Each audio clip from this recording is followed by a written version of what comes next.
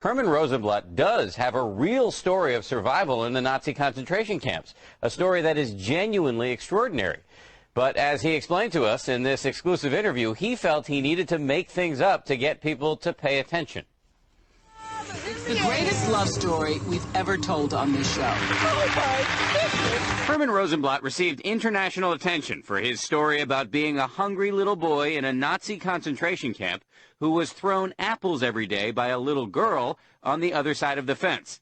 Years later, according to the story, Rosenblat met that same girl on a blind date in New York City, and he proposed on the spot. I used to come by every day, bring the apple, have in my jacket and a piece of bread, and he used to say, "I'll see you tomorrow." The story landed Herman and Roma Rosenblat on Oprah twice and in newspapers all over the world. They also got a book and movie deal. But the story wasn't true. Why did you do it? Why did you tell such a big lie to so many people for so long? It wasn't a lie. It was my imagination. And in my imagination, in my mind, I believed it. Even now I believe it, that she was there and she threw the apple to me. How can you say it wasn't a lie? It wasn't true, and you know it's not true. Yes, it's not true. But in my imagination, it was true. Rosenblat says he made the story up to give people hope and to promote understanding about the Holocaust. But members of his own family say his real motivation was money. So you were not motivated in any way by money? No. This is from your son. He said that he knew you were lying for years and he couldn't get you to stop. And here's his quote. "It was always hurtful. My father is a man who I don't know." How do you respond to that?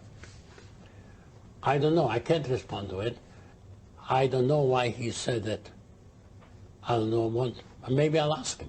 Herman and Roma Rosenblat told their false story publicly for more than a decade, but it all fell apart about 6 weeks ago after Holocaust scholars proved that it was physically impossible for prisoners to approach the fence at the concentration camp where Herman was kept, and that Roma's family was actually more than 200 miles away at the time. Why did your wife agree to go along with this? Did she ever express any reservations? Because she loves me.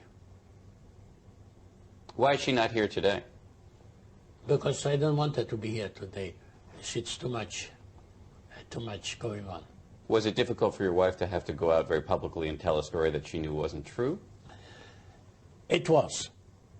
It was. But she loves me so much that if she thinks that's good for me, she'll go along with it. Rosenblat is remarkably unrepentant about his years of lying. I pronounce my love for you forever. When you look at that, does it make you uncomfortable at all? No. You think that was the right thing to do? Yeah. And while you were up on the stage there in front of all those people, Yeah. in the back of your mind, were you not thinking, No. I'm not telling the truth here? No. Let me ask you just quickly about I didn't hear you say you agreed to this. Do we agree to that? Is that... Our interview was frequently interrupted by this man, Harris Salomon, who says he is planning to produce a fictionalized movie account of Rosenblat's story, despite complaints from critics. If you look on Holocaust Denier websites right now, they're using it as we speak as an example of why you shouldn't believe Holocaust survivors. Right. And those Holocaust Denier websites would perpetuate some other story if it wasn't Herman Rosenblat. Rosenblat says he wants people to know that he did what he did with good intentions. So if you had to do it over again, would you tell the same story? Yeah. You would? Yes. Rosenblat does say that he's sorry, but he's only sorry, he says, that people took the story, quote, the wrong way. His book deal for a non-fiction memoir fell through a couple of weeks ago because of this controversy, but a fictionalized book may come out this summer, and the movie version is supposed to start shooting this summer as well in Eastern Europe, Diane, and they say they're going to carry on despite the criticism. I simply don't know what to say. I mean, it's his imagination, but he knows it's not true. He says he made up a fantasy world, and he was living in that fantasy world. And his son says, tried to stop him. Yes. Good heavens. Okay, thank you, Dan. Pleasure.